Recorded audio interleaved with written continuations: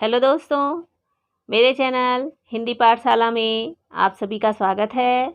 आज के वीडियो में हम कक्षा 7वीं के हिंदी पाठ्य पुस्तक छत्तीसगढ़ भारती के पाठ 3 विद्रोही शक्ति सिंह नामक पाठ का अध्ययन करेंगे। पहले हम पाठ के शब्दार्थ को समझेंगे, उसके बाद पाठ वाचन कर पाठ को भी समझेंगे। पूरा पाठ समझने के लिए आप वीडियो को पूरा देखना और जिन्होंने मेरे चैनल को सब्सक्राइब नहीं किया है वे सब्सक्राइब भी कर देंगे। तो आइए दोस्तों, पाठ शुरू करते हैं।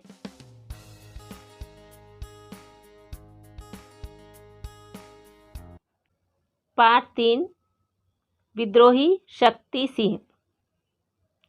इस पाठ के जो राइटर हैं, लेखक हैं, वे हैं श्री विश्वंभर नाथ शर्मा कौशिक। कौशिक नाम से भी राइटर ने लेख लिखे हैं, इसलिए इनका पूरा नाम श्री विश्वंभर नाथ शर्मा कौशिक बताया गया है। तो विद्रोही शक्ति सिंह, ये शक्ति सिंह कौन थे? ये शक्ति सिंह थे महाराणा प्रताप के छोटे भाई। महाराणा प्रताप जो मेवाड़ के राजा थे, मेवाड़ जो कि राजस्थान में है। तो विद्रोही किसको कहा जाता है? जो विद्रोह करता है, जो विरुद्ध चलता है, देश के हित में ना होकर देश के अहित में कार्य करे, उसे देश विद्रोही माना जाता है या देशद्रोही माना जाता है। इसी तरह शक्ति सिंह ने भी विद्रोह किया था, इसलिए इस पाठ का नाम विद्रोही शक्ति सिंह है। तो दो ऐतिहासिक पात्रों के माध्यम से कहानीकार ने भाई भाई के संबंधों के प्रेम, प्रतिशोध, अंतर्द्वंद, ग्लानि भाव और भावनाओं के आवेग को कुशलता के साथ चित्रित किया है।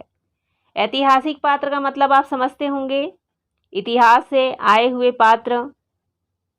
राजा महाराजा का इतिहास आपने सुना होगा, टीवी पर देखा होगा, कहानी कथा के माध्यम से जाना होगा। तो इस पाठ में दो भाई अर्थात महाराणा प्रताप और उनके छोटे भाई शक्ति सिंह के बीच के जो प्रेम भाव थे या बदले की भावना थी या अंतर्द्वंद था, जो मन के अंतर उठने वाले संघर्ष या द्वंद्व का भाव, ग्लानि यानी पश्चाताप का भाव, इन्हीं सब भावनाओं के आवेग को यहाँ पर राइटर ने बहुत ही कुशलतापूर्वक प्रदर्शित किया है। एक छोटे से मुद्दे पर महाराणा प्रताप और शक्ति सिंह में मतभेद हो गया। मतभेद अर्थात अनबन हो गई, मत की भिन्नता। तो यहाँ पर एक छोटा मुद्दा अर्थात एक बार महाराणा प्रताप और शक्ति सिंह दोनों एक साथ शिकार खेलने गए थे और शिकार करते समय एक ही शिकार को दोनों के बाणों ने एक साथ घायल किया। घायल शिकार पर दोनों ने अपना अपना अधिकार जमाना शुरू कर दिया। एक ने कहा कि ये मेरे बाण से घायल हुआ है तो इस पर मेरा अधिकार है। दूसरे ने कहा कि यह मेरे बाण से घायल हुआ है तो इस पर मेरा अधिकार है। और इसी बात पर दोनों भाइयों में मतभेद हो गया, अनबन हो गई। अपमान से आहत और प्रतिशोध भाव से भरा हुआ शक्ति सिंह क्रोध के आवेग में चित्तौड़ छोड़कर आगरा अकबर के शरण में चला जाता है। अब इस बात को लेकर शक्ति सिंह जो है अपमानित महसूस करता है और बदला लेने की भावना से भरकर शक्ति सिंह जो है क्रोधित होकर चित्तौड़ को छोड़कर कहाँ चला जाता है? आगरा चला जाता है। आगरा में उस समय शासन था अकबर का।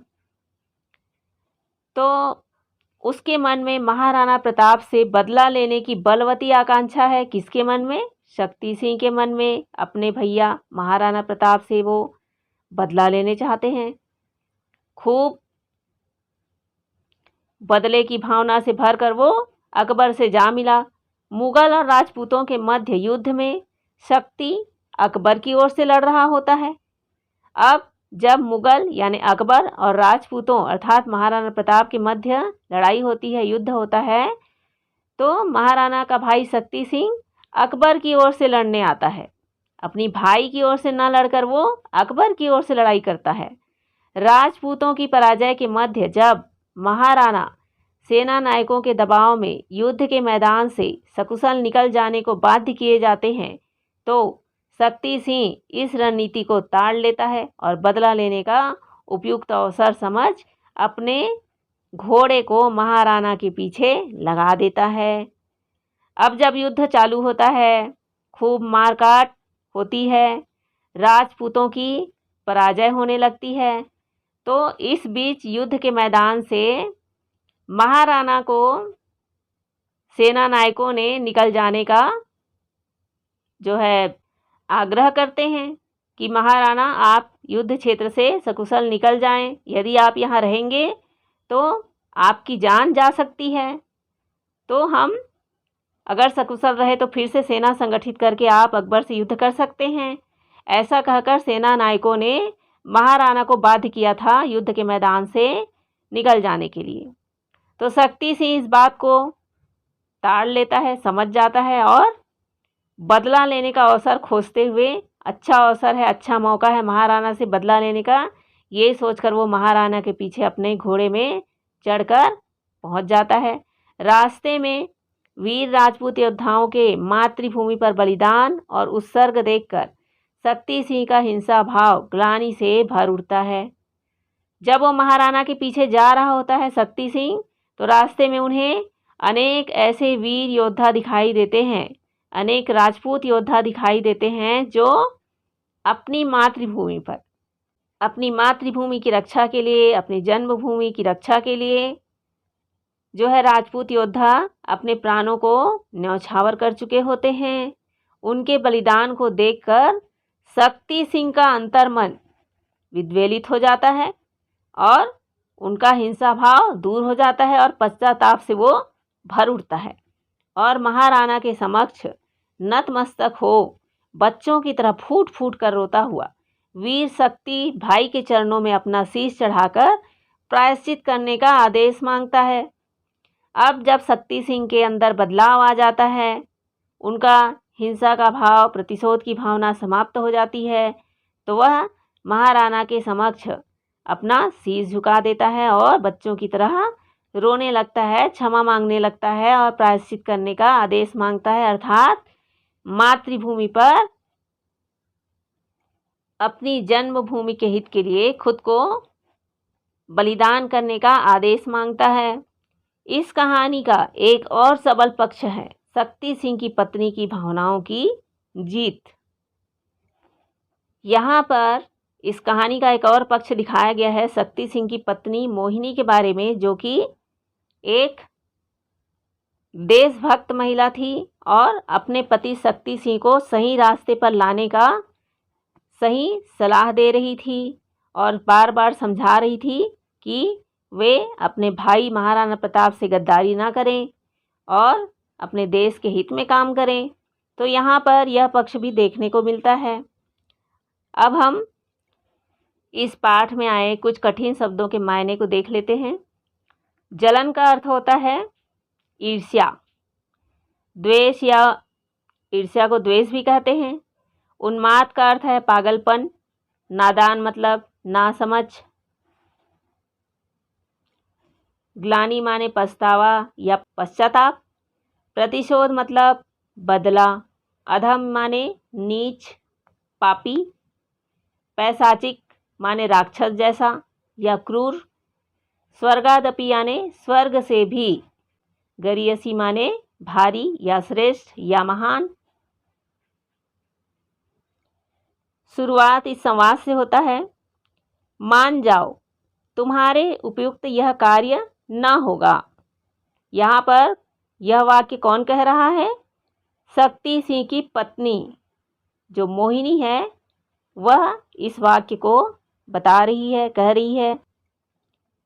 शक्ति सिंह की पत्नी मोहिनी बार बार शक्ति सिंह को समझाने का प्रयास कर रही है कि मान जाओ, तुम उल्टे कार्य ना करो, चुप रहो, तुम क्या जानो। तब शक्ति सिंह उनको फटकारते हुए कहते हैं कि चुप रहो, तुम कुछ नहीं जानती, इसमें वीरता नहीं अन्याय है। तो मोहिनी अपने पति से कहती है कि ये जो आप मुगलों से मिलकर महाराणा के खिलाफ जो काम कर रहे हैं वह वीरता का नहीं है बल्कि अन्याय है। बहुत दिनों की धधकती हुई ज्वाला आज शांत होगी। शक्ति सिंह ने एक लंबी सांस फेंकी और अपनी पत्नी की ओर देखा। तब शक्ति सिंह ने कहा कि बहुत दिनों से मेरे हृदय में जो आग जल रही है, बदले की भावना जो चल रही है, वह आज शांत हो जाएगी। मैं मुगलों के साथ मिलकर महाराणा को परास्त करूंगा और उनको सबक सिखाऊंगा, ऐसा वो कह रहे हैं। छी छी, कलंक लगेगा, अपराध होगा। इस पर मोहिनी समझाती है कि ऐसा करोगे तो कलंक लगेगा, तुम्हारा अपमान होगा, जग हंसाई होगी और यह अपराध कार्य होगा।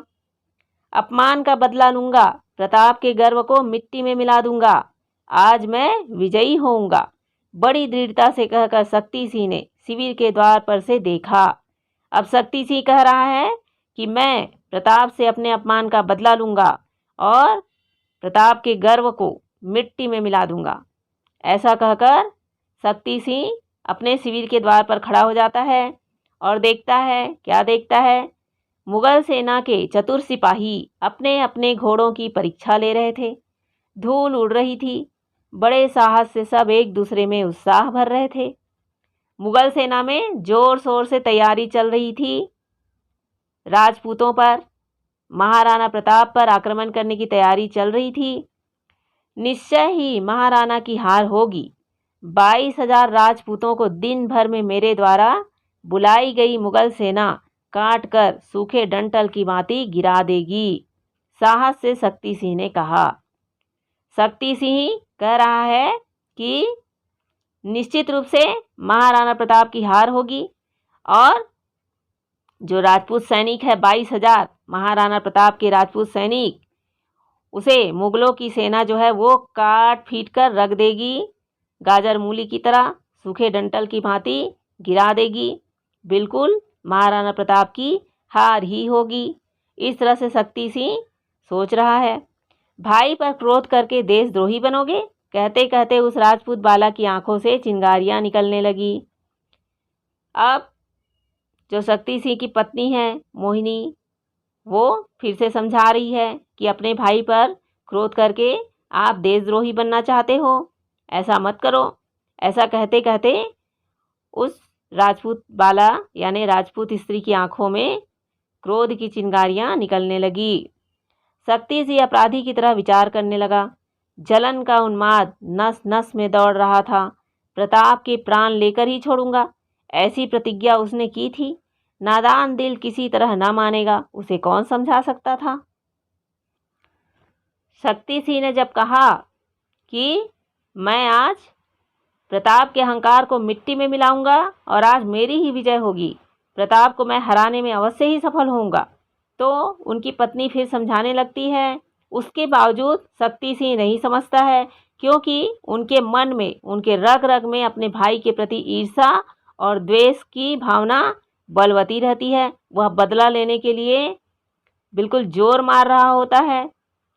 उसने प्रताप को जान से मारने की प्रतिज्ञा की थी और उनका दिल बड़ा नासमझ था। नादान लोगों को समझाना बहुत मुश्किल काम होता है, क्योंकि नादान लोग समझना ही नहीं चाहते हैं। रणभेरी बजी, कोलाहल मचा। मुगल सैनिक मैदान में एकत्रित होने लगे। पत्ता पत्ता खड़खड़ा उठा। रणभेरी बजी मतलब युद्ध का बिगुल बजने लगा। खूब कोलाहल मचने लगा, शोरगुल होने लगा। सेनाओं के बीच में बिजली की भांति तलवारें चमक रही थी। उस दिन सब में उत्साह था। युद्ध के लिए भुजाएं फड़कने लगी। दोनों सेनाओं में भारी उत्साह था युद्ध करने के लिए, और दोनों सेना एक दूसरे को हराने के लिए होड़ में लग गई। शक्ति सिंह ने घोड़े की लगाम पकड़कर कहा, आज अंतिम निर्णय है, मरूंगा या मार कर ही लौटूंगा।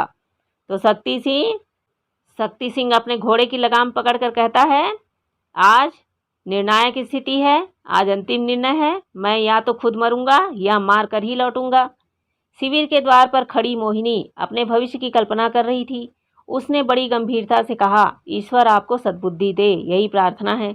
जब शक्ति सिंह वहां से यह कहकर निकलने लगे, तब उनकी पत्नी मोहिनी विचार मग्न होकर खड़ी हो गई और प्रभु से प्रार्थना करने लगी कि ईश्वर उनके पति अर्थात शक्ति सिंह को सद्बुद्धि दे, क्योंकि उससे आगे बेचारी कुछ कर नहीं सक रही थी। एक महत्वपूर्ण अभियान के विध्वंस की तैयारी थी। अब शक्ति सिंह ने अपनी पत्नी की बात तो मानी नहीं थी और विध्वंस की तैयारी में लग गया। प्रकृति कांप उठी। घोड़े और हाथियों की चित्कार से आकाश थरथरा उठा। बरसाती हवा के थपेड़ों से जंगलों के वृक्ष रणनाद करते हुए झूम रहे थे। अब जब युद्ध की जो स्थिति होती है, युद्ध का जो माहौल होता है, वो बहुत ही भयानक होती है। घोड़े हाथियों के चित्कार गूंजने लगते हैं और उस समय हवा भी ऐसी लगती है जैसे मृत्यु का संकेत लेकर दौड़ रही हो, जाने कब किसकी प्राण ले ले। इस तरह से वहाँ पर रणनाद करते जंगलों के वृक्ष और हवा झूम रहे थे। पशु पक्षी भय से त्रस्त होकर आश्रय ढूंढने लगे। बड़ा प्रतिकूल और विकट समय था। उस भयानक मैदान में राजपूत सेना मोर्चाबंदी कर रही थी। हल्दी घाटी की ऊंची चोटियों पर भील लोग धनुष चढ़ाए उन्मत्त खड़े थे। उस मैदान में जो राजपूतों की सेना थी अर्थात मेवाड़ की जो सेना थी वो मोर्चाबंदी में लगी हुई थी। कौन से मैदान में? हल्दी घाटी के मैदान में। हल्दी घाटी के जो पहाड़ों की चोटियां थी वहाँ पर भील लोग अपने अपने धनुष संभाले खड़े हुए थे। महाराणा की जय शैलमाला से टकराती हुई ध्वनि मुगल सेनाओं में घुस पड़ी। महाराणा की जय की जो आवाज़ थी, उस आवाज़ को जब मुगल सेनाओं ने सुना तब वे आवेग में युद्ध के लिए टूट पड़े। युद्ध आरंभ हुआ। भैरवी रणचंडी ने प्रलय का राग छेड़ा। मनुष्य हिंसक जंतुओं की भांति अपने अपने लक्ष्य पर टूट पड़े। भैरवी रणचंडी मतलब जो प्राणों का संहार करती है, मुंडमाला पहनती है और राक्षसों का वध करती है। महाप्रलय प्रकट हो गया। मनुष्य जो है हिंसक जानवरों की भांति अपने अपने दुश्मनों की ओर टूट पड़े। सैनिकों के निडर घोड़े हवा में उड़ने लगे। अब जो घोड़े और हाथी के जो सवार थे वे तेज गति से युद्ध करने लगे। तलवारें चमकने लगी। पर्वतों के शिखरों पर से विषैले बाण मुगल सेना पर बरसने लगे।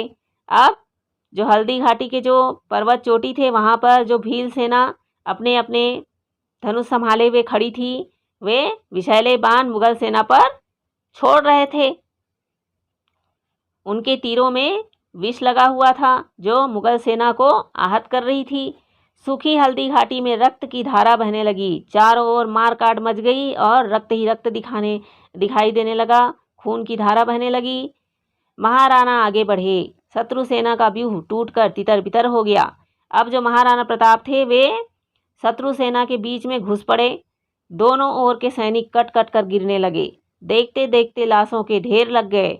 अब युद्ध जो है जोरों पर मार काट मचा रहा था। चारों तरफ लाशों के ढेर लगने लग गए। भूरे बादलों को लेकर आंधी आई। भूरे बादल अर्थात जब सैनिक घोड़ों पर सवार होकर और पैदल सैनिक इधर उधर लड़ रहे थे, तब धूल की जो गुब्बार उड़ रहे थे धूल के, वे भूरे बादलों की तरह लग रहे थे। सलीम के सैनिकों को बचने का अवसर मिला। सलीम अर्थात अकबर के पुत्र। मुगल सैनिकों को, सलीम के सैनिकों को बचने का अवसर मिल गया। मुगलों की सेना में नया उत्साह भर गया। तोप के गोले उथल पुथल मचाने लगे, उथल पुथल करने लगे। धाएं धाएं करती बंदूकों से निकली हुई गोलियां दौड़ रही थी। ओह, जीवन कितना सस्ता हो गया था। अब बंदूकें चल रही थी, तोप के गोले चल रहे थे और सबके प्राण क्षण में निकल जा रहे थे। ऐसा लग रहा था जैसे जीवन बहुत ही सस्ता हो गया है। महाराणा शत्रु सेना में सिंह की भांति उन्मत्त होकर घूम रहे थे। जान की बाजी लगी थी। महाराणा प्रताप जो है अपने राज्य की रक्षा के लिए, अपनी मातृभूमि की रक्षा के लिए शत्रु से मार काट मचा रहे थे। अपने प्राणों को न्यौछावर करने में लगे हुए थे। वे सब तरफ से घिरे हुए थे। हमला पर हमला हो रहा था। महाराणा जो है चारों तरफ से शत्रुओं से घिर चुके थे। राणा संकट में पड़े थे। बचना कठिन था। 7 बार घायल होने पर भी पैर उखड़े नहीं। मेवाड़ का सौभाग्य इतना दुर्बल नहीं था। महाराणा इतने सबल थे, इतने बलशाली थे कि 7 बार घायल होने के बावजूद वे युद्ध के मैदान में बहादुरी के साथ लड़ रहे थे। लेकिन उनकी जान संकट में पड़ गई थी, प्राण बचाना कठिन लग रहा था। मानसिंह की कुमंत्रणा सत्य सिद्ध होने वाली थी। मानसिंह कौन थे? अकबर के सेनानायक, सेनापति। और मानसिंह के भड़काने पर अकबर सेना लेकर मेवाड़ पर आक्रमण करने आई थी। ऐसे आपत्ति काल में वह वीर सरदार सेना सहित वहां कैसे आया? वीर सरदार कौन? जो प्रताप के सेनानायक थे। आश्चर्य से महाराणा ने उसकी ओर देखा और मन्ना जी ने उनके मस्तक से मेवाड़ के राज चिन्ह को उतारकर स्वयं धारण कर लिया। मन्ना जी जो थे वे महाराणा प्रताप के सेनानायक थे। वे वीर सरदार उस घोर स्थिति में, उस मारकाट के बीच में अचानक से महाराणा के बीच में आए। उनके सामने आकर उनका जो राज चिन्ह था, महाराणा के मस्तक में जो राज चिन्ह था, उसे उतारकर स्वयं लगा लिया। राणा ने आश्चर्य और क्रोध से पूछा, अरे यह क्या? तो महाराणा ने मन्ना से पूछा कि मन्ना जी, आप ये क्या कर रहे हो? ऐसी उद्दंडता क्यों कर रहे हो? ऐसा महाराणा ने मन्ना जी से कहा। आज मरने के समय एक बार राज चिन्ह धारण करने की बड़ी इच्छा हुई है, हंसकर मन्ना जी ने कहा। अब मन्ना जी ने उत्तर दिया कि आज मैं अपने मरने के समय में अपने अंतिम स्थिति पर इस राज के राज चिन्ह को अपने मस्तक पर धारण करना चाहता हूँ। ऐसा हंसकर मन्ना जी ने जवाब दिया। राणा जी ने उसकी उन्मादपूर्ण हंसी में अटल धैर्य देखा। राणा जी समझ गए थे कि मन्ना जी हंसकर उनसे क्या कहना चाह रहे हैं। मन्ना जी महाराणा को बचाना चाह रहे थे। वे खुद महाराणा जैसे राज चिन्ह को धारण करके मुगलों के सामने जाकर मुगल सेना को भ्रम में डालना चाह रहे थे और इस भ्रम के बीच में अपने महाराणा को सकुशल वहां से निकालना चाह रहे थे। तो उनकी इस धैर्य और वीरता की स्थिति को देखकर राणा जी समझ गए कि मन्ना जी वास्तव में एक बहादुर सैनिक है जो अपने देश के लिए खुद को बलि चढ़ाने आ गए हैं। मन्ना जी की साहस और वीरता देखकर महाराणा का हृदय भी गदगद हो गया। मुगलों की सेना में से शक्ति सिंह इस चातुरी को समझ गया। अब जो शक्ति सिंह थे, जो महाराणा के छोटे भाई थे, वे मुगल सेना की ओर से आए थे लड़ने के लिए। वे मन्ना जी की इस चतुरता को समझ गए। उसने देखा घायल प्रताप रण क्षेत्र से जीते जागते निकले चले जा रहे हैं और वीर मन्ना जी को प्रताप समझकर मुगल उधर ही टूट पड़े हैं। अब जो मुगल सेना को भ्रम हो गया था कि महाराणा जो है मन्ना जी है, मन्ना जी को वे महाराणा समझकर उनके पीछे चल पड़े उनको मारने के लिए। और इधर से पीछ से बचकर महाराणा प्रताप वहां से निकलकर रण क्षेत्र से बाहर जा रहे थे। उस स्थिति को शक्ति सिंह समझ गए। उसी समय 2 मुगल सरदारों के साथ महाराणा के पीछे पीछे शक्ति सिंह ने अपना घोड़ा छोड़ दिया। अब जब मुगल सेना मन्ना जी पर टूट पड़े, उसी समय 2 मुगल सरदारों को लेकर शक्ति सिंह महाराणा के पीछे चल पड़े महाराणा को मारने के लिए। खेल समाप्त हो रहा था। स्वतंत्रता की बलिवेदी पर सन्नाटा छा गया था। जन्मभूमि के चरणों पर मर मिटने वाले वीरों ने अपने को उत्सर्ग कर दिया था। 22,000 राजपूत वीरों में से केवल 8,000 बच गए थे। 22,000 राजपूत सैनिकों में से केवल 8,000 बच पाए थे। विद्रोही शक्ति सिंह चुपचाप सोचता हुआ अपने घोड़े पर चढ़ा चला जा रहा था। मार्ग में 100 कटे पड़े थे। कहीं भुजा शरीर से अलग पड़ी थी, कहीं धड़ कटा हुआ था, कहीं खून से लथपथ मस्तक भूमि पर गिरा हुआ था। कैसा परिवर्तन है! अब शक्ति सिंह महाराणा के पीछे लगे थे उनको मारने के लिए। रास्ते में उन्होंने देखा कि कई राजपूत सैनिक वहां पर मरे पड़े हैं, छत विछत उनका शरीर है। किसी की भुजा कटी पड़ी है, किसी का सर कटा पड़ा है, किसी का धड़। चारों तरफ खून से लथपथ सैनिक पड़े हुए थे। यह कैसा परिवर्तन है! 2 घड़ियों में हंसते बोलते और लड़ते हुए जीवित पुतले कहाँ चले गए? ओह, ऐसे निरीह जीवन पर कितना गर्व। तो उस समय शक्ति सिंह के मन में यह विचार घुमड़ने लगा कि जो अभी हंस बोल रहे थे ऐसे राजपूत सैनिक कहाँ चले गए, कहाँ गया उनका जीवन। अब किस बात का हम घमंड करें। जीवन की क्षणभंगुरता शक्ति सिंह के समझ में आ गई थी। शक्ति सिंह की आंखें ग्लानि से छलछला आई। ये सब भी राजपूत थे, मेरी ही जाति के खून थे। हाय रे, मेरा प्रतिशोध पूरा हुआ। क्या सचमुच पूरा हुआ? अब जब शक्ति सिंह ने मातृभूमि के लिए राजपूतों को बलिदान होते देखा तो उनकी आंखें पश्चाताप से भर गई। वे रोने लग गए कि ये जो मरे पड़े हैं ये सब भी मेरी ही तरह राजपूत थे, मेरी ही जाति के थे, और मेरे मन में इतनी प्रतिशोध की भावना कहाँ से आ गई? क्या मेरा बदला इनकी मौत से पूरा हो गया? नहीं, यह प्रतिशोध नहीं अधम शक्ति, यह तेरे चिरकाल के लिए पैशाचिक आयोजन था। जब अपनी मातृभूमि की मर्यादा की रक्षा के लिए अपने प्राणों को न्यौछावर करते राजपूतों की छत विछत लाशों को देखा शक्ति सिंह ने, और देखने के बाद उनको अपनी गलती का एहसास हुआ और उनकी आंखें नम हो गई और वह सोचने लगा कि ये छत विछत शव उन राजपूतों के हैं जो मेरी ही जाति के खून थे। हाय रे अभागा मैं, क्या सच में मेरा बदला पूरा हुआ? नहीं, इस तरह से मेरा बदला नहीं पूरा हुआ, यह तो देशद्रोह हुआ। मैंने अपने देश से गद्दारी की, अपने देश के साथ विद्रोह किया, अपने भाई के साथ गद्दारी की, क्योंकि मेरा जो कर्तव्य था अपने देश की रक्षा करने का उसके साथ मैंने सही नहीं किया। मैं प्रतिशोध की आग में उन्मत्त हुआ उस प्रताप से बदला लेना चाहता था जो मेरा भाई है और मेरे ही देश की रक्षा के लिए जो अपने प्राणों को बलिदान करने आया था। उस प्रताप से जो माता एवं मातृभूमि स्वर्ग से महान होती है उसकी मर्यादा का रक्षक है, मैं उस प्रताप से बदला लेना चाहता था। उस मातृभूमि का रक्षक जिसका अन्न और जल खून बनकर मेरी रगों में दौड़ता रहता है, मैं उससे बदला लेना चाहता था। ऐसा शक्ति सिंह सोचने लगा। उनका मन, उनका अंतर उसे झकझोरने लगा। तू भला पागल, तू प्रताप से बदला लेना चाहता था, उस प्रताप से जो अपनी स्वर्गादपि गरियसी जननी जन्मभूमि की मर्यादा बचाने वाला था। वह जन्मभूमि जिसके अन्न जल से तेरी नसें भी फूली फली है।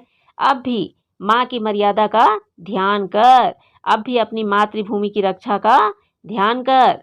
सहसा धाएं धाएं गोलियों का शब्द हुआ। चौंक कर शक्ति सिंह ने देखा, दोनों मुगल प्रताप का पीछा कर रहे थे। महाराणा का घोड़ा लस्त पस्त होकर झूमता हुआ गिर रहा था। सहसा शक्ति सिंह को गोलियों की आवाज़ सुनाई देने लगी। जो मुगल सेना, जो 2 सैनिक महाराणा का पीछा कर रहे थे, उन्होंने गोली चलाई थी और उसकी गोली से महाराणा का घोड़ा चोटिल हो गया, घायल हो गया और वह जमीन पर गिर पड़ा। अब भी समय है। शक्ति सिंह के हृदय में भाई की ममता उमड़ पड़ी। जब महाराणा के घोड़े चेतक को गिरते देखा शक्ति सिंह ने, तब उनका हृदय पूरी तरह परिवर्तित हो गया और उनके मन में अपने भाई की प्रति प्रेम की भावना उमड़ पड़ी, ममता का भाव उमड़ पड़ा। उनके मन में ये भाव आया कि यह मेरे भैया हैं, मेरा खून है, मैं इनका हित नहीं कर सकता, अपनी मातृभूमि से मैं गद्दारी नहीं कर सकता। फिर एक आवाज़ हुई, रुको। अब शक्ति सिंह ने आवाज़ देकर 2 सैनिकों को कहा, रुको। दूसरे क्षण शक्ति सिंह की बंदूक छूटी। पलक मारते दोनों मुगल सरदार जहां के तहां ढेर हो गए। अब शक्ति सिंह ने दोनों सैनिकों को जो कि महाराणा के पीछे पड़े थे उनको मार गिराया। दोनों मुगल सरदार जहां के तहां ढेर हो गए। महाराणा ने क्रोध से आंखें चढ़ाकर देखा। वे आंखें पूछ रही थी, क्या मेरे प्राण पाकर निहाल हो जाओगे? इतने राजपूतों के खून से भी तुम्हारी हिंसा तृप्त नहीं हुई? अब महाराणा ने देखा शक्ति सिंह की ओर क्रोध से और कहने लगे मन में कि तुम मेरे प्राण पाकर निहाल हो जाओगे क्या? इतने सारे राजपूतों के खून बहाकर तुम्हें शांति नहीं मिली, तुम्हारा मन तृप्त नहीं हुआ, किंतु यह क्या, शक्ति सिंह तो महाराणा के सामने नतमस्तक खड़ा था। लेकिन आश्चर्य की बात यह थी कि शक्ति सिंह महाराणा के सामने अपना सर झुकाए खड़ा हुआ था। वह बच्चों की तरह फूट फूट कर रो रहा था।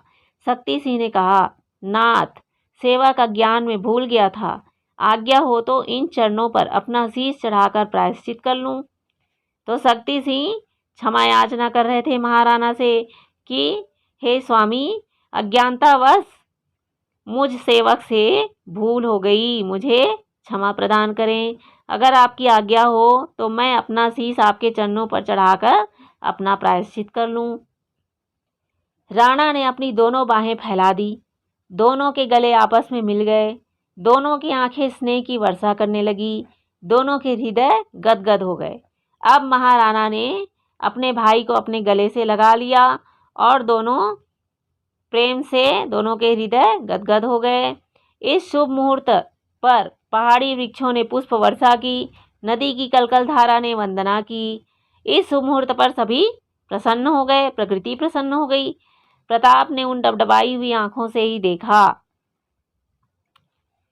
उनका चिर सहचर प्यारा चेतक दम तोड़ रहा है।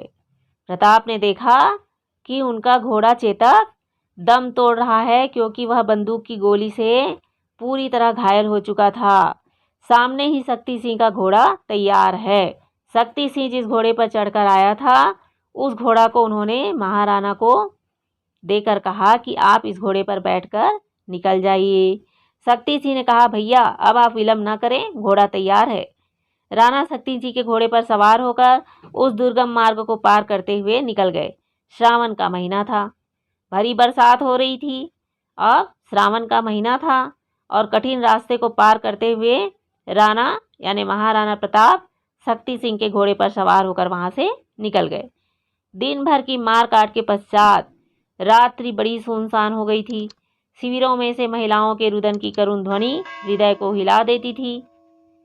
अब रात्रि का समय था, युद्ध समाप्त हो चुका था और शिविर में जो महिलाएं थी जिनके राजपूत पति मारे गए थे, वे रो रहे थे और उनकी करुण ध्वनि जो है हृदय को झकझोर रही थी।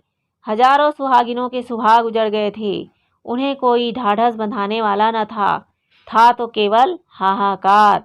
जिन हजारों सुहागिनों के सुहाग नष्ट हो गए थे, वे धाड़े मार मार कर रो रहे थे। उनका सब कुछ खत्म हो गया था। वे हाहाकार कर रही थी, चित्कार कर रही थी, लेकिन उनको ढाढ़स बंधाने वाला वहां पर कोई नहीं था। शक्ति सिंह अभी तक अपने शिविर में नहीं लौटा था। उसकी पत्नी भी प्रतीक्षा में विकल थी। उसके हृदय में जीवन की आशा निराशा क्षण क्षण उठती गिरती थी। शक्ति सिंह की जो पत्नी थी मोहिनी, वह भी शिविर में अपने पति की प्रतीक्षा कर रही थी और उनके मन में भी ये विचार आ रहा था कि कहीं शक्ति सिंह भी युद्ध क्षेत्र में मारे तो नहीं गए। उनके जीवन की आशा निराशा क्षण क्षण में उठ रही थी, गिर रही थी। अंधेरी रात में काले बादल आकाश में छा गए थे। एकाएक उस शिविर में शक्ति सिंह ने प्रवेश किया। उसके कपड़े खून से तर थे। पत्नी ने कौतूहल से देखा। उस अंधेरी रात में जब उनकी पत्नी मोहिनी प्रतीक्षा कर रही थी शिविर में, तब शक्ति सिंह अपने शिविर में प्रवेश करता है। उनके कपड़े उस समय खून से तरबतर थे। उनकी पत्नी ने आश्चर्य से देखा। तब शक्ति सिंह ने कहा, प्रिय। मोहिनी ने कहा, नाथ, तुम्हारी मनोकामना पूर्ण हुई, मैं प्रताप के सामने परास्त हो गया। तब शक्ति सिंह ने कहा कि हे प्रिय, तुम चाहती थी ना कि मैं अपने भाई से गद्दारी ना करूं, अपने भाई से विद्रोह ना करूं, अपने जन्मभूमि से विद्रोह ना करूं। ये जो तुम्हारी इच्छा थी वह पूरी हुई। मैं अपने भैया प्रताप के सामने हार गया, परास्त हो गया। तो इस प्रकार से इस पाठ में बताया गया है कि किस प्रकार से शक्ति सिंह का हृदय परिवर्तन होता है और वे अपने भाई महाराणा प्रताप की सहायता करते हैं। तो दोस्तों, मैं उम्मीद करती हूँ कि ये पाठ आप समझ गए होंगे और अगर ये वीडियो अच्छी लगी हो तो अपने दोस्तों के साथ ज़रूर शेयर कीजिए, लाइक कीजिए और मेरे चैनल को भी सब्सक्राइब कर दीजिए। हम